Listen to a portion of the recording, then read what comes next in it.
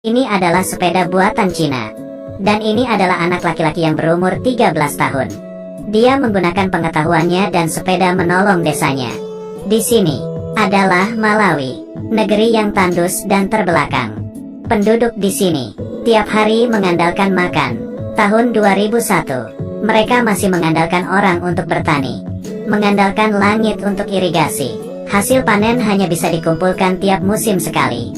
Karena setelah musim hujan, akan datang musim kemarau yang panjang. Walaupun demikian, Trewell dan istrinya sangat mendukung pendidikan anaknya. William sudah mau masuk sekolah. Dia memiliki rasa penasaran yang besar untuk pengetahuan. Kegiatan sehari-hari, pergi ke suatu tempat sampah di desa untuk menemukan sesuatu. Ini sepertinya yang ditinggalkan oleh sebuah perusahaan. Di sini, dia menemukan sebuah aki, saluran air, dan barang-barang lainnya. Melalui akumulasi harian pengetahuan, dia bisa membantu orang memperbaiki masalah radio. Kemudian, Dai dan temannya pulang ke rumah. Di tengah hujan, melihat kakaknya sedang berpacaran dengan guru sains. Dia sangat marah, takut kakaknya akan menderita. Jadi, dia ingin balas dendam, merusak lampu sepeda gurunya, lalu memasang tali, kemudian menggerakkan ban, kemudian menyalakan lebih terang lagi. Roda semakin laju, dan lampu sepeda pun hidup. Setelah selesai, William menjadi lupa untuk balas dendam. Ini juga menerangi jalan menuju pengetahuan untuk William. Harus tahu, di sini, penerangan masih mengandalkan lampu minyak tanah. Tapi sangat tidak beruntung, musim hujan tahun ini menyebabkan banjir. Tanah tidak bisa bertani. Ayahnya tidak bisa melakukan apa-apa untuk membayar uang sekolah. Sehingga, William mempunyai rasa penasaran yang besar terhadap pengetahuan. Dia terus belajar, tapi dia tetap saja dikeluarkan oleh kepala sekolah. Tunggu hingga banjir menyurut. Hasil panen mereka, hanya ada cadangan makanan yang cukup untuk 2 bulan.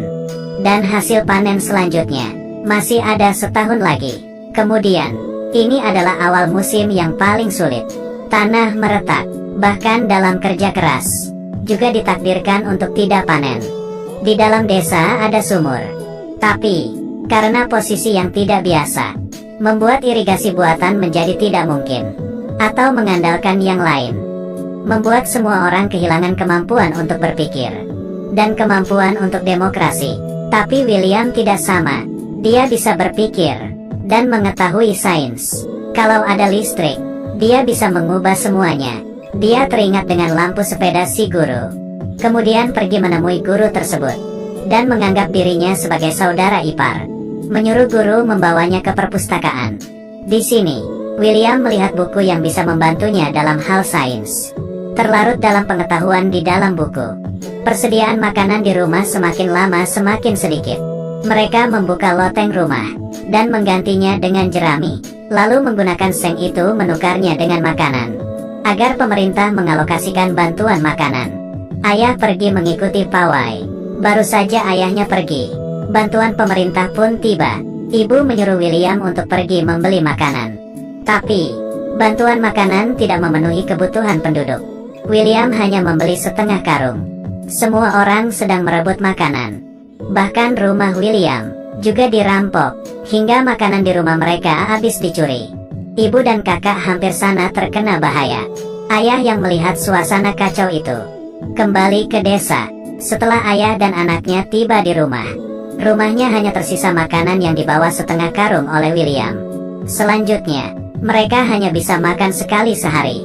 Untuk bertahan hidup, mereka mulai voting. Ingin memakan apa? Kakak tidak tahan, karena rasa takut di siang tadi. Dan juga karena situasi ini. Dia berdebat dengan ibunya.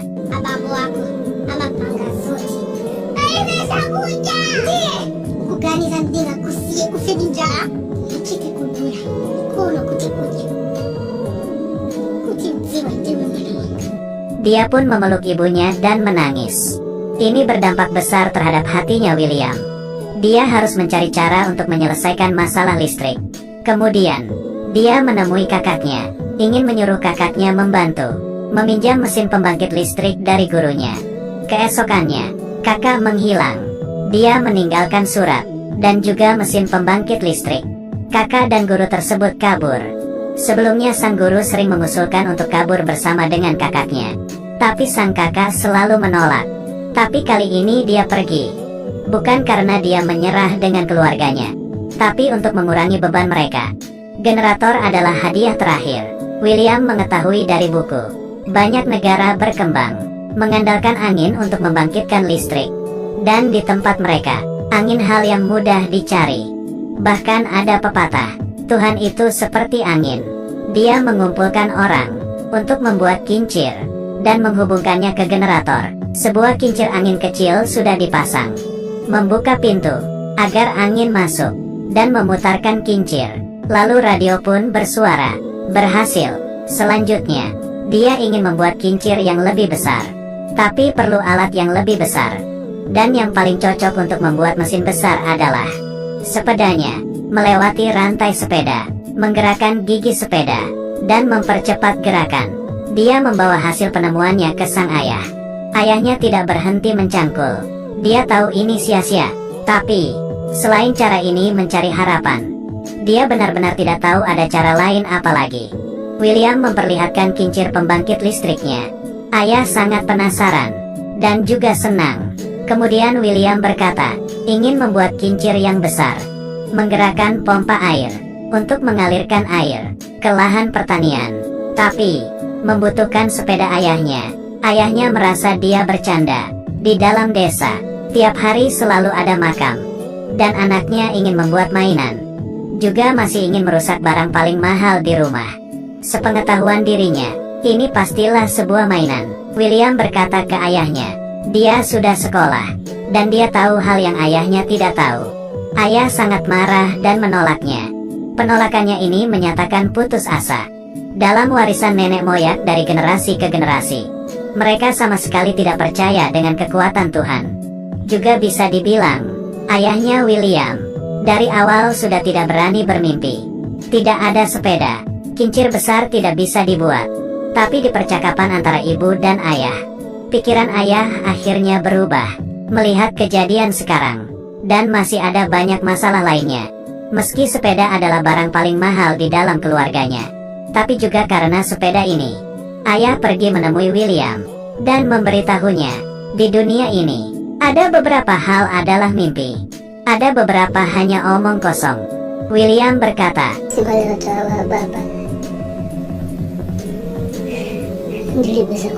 ayah pun menepati William dan memotong bagian sepedanya. Di bawah bantuan ayah, orang-orang di desa pun mulai membantu. Mereka bersama-sama membuat tiang yang tinggi. William memasukkan pipa air ke dalam sumur, lalu memasangkan kincirnya ke ujung. Kemudian memasangnya dan menyambungkannya ke kabel, mengatur posisinya, dan menghadapkannya ke arah angin. Melepaskan talinya, perlahan-lahan mulai berbunyi, dan kincirnya bergerak. Lalu baterai mulai diisi. Semua orang mulai menggali, dan pompa air mulai bekerja. Tiba-tiba mengeluarkan bunyi, dan air keluar dari pipa, memenuhi lahan pertanian, dan mengalir di tengah-tengah jalur. Musim kekeringan ini, mereka pun melewatinya, karena pemasangan generator kincir angin. William mendapatkan kesempatan untuk pergi belajar di luar, dan mendapatkan beasiswa. Tapi dia ingin tetap tinggal di sini. Namun ayahnya berkata, kincir angin ini membuatmu terbang ke tempat yang jauh. Di saat yang bersamaan, juga meninggalkanmu di sini. Tidak peduli kamu di mana, semua orang akan melihatnya, dan teringat denganmu. Ini adalah cerita dari kisah nyata. Pria itu bernama William Kamkwamba. Setelah mendapatkan beasiswa, dia menyelesaikan sekolahnya di Malawi, dan kemudian lanjut ke Institut Kepemimpinan Afrika. Kemudian sekolah ke luar negeri di Amerika. Lulus dari ilmu lingkungan. Selain membuat kincir angin listrik pertamanya, William lanjut membuat banyak kincir di tempatnya, agar semakin banyak orang yang bisa mendapatkan listrik. Dalam video ini, pengetahuan adalah kekuatan. Kalimat ini dijelaskan dengan sangat baik. Pengetahuan adalah kekuatan, karena itu bisa mendukung idemu dan membawamu ke dunia yang baru. Jadi,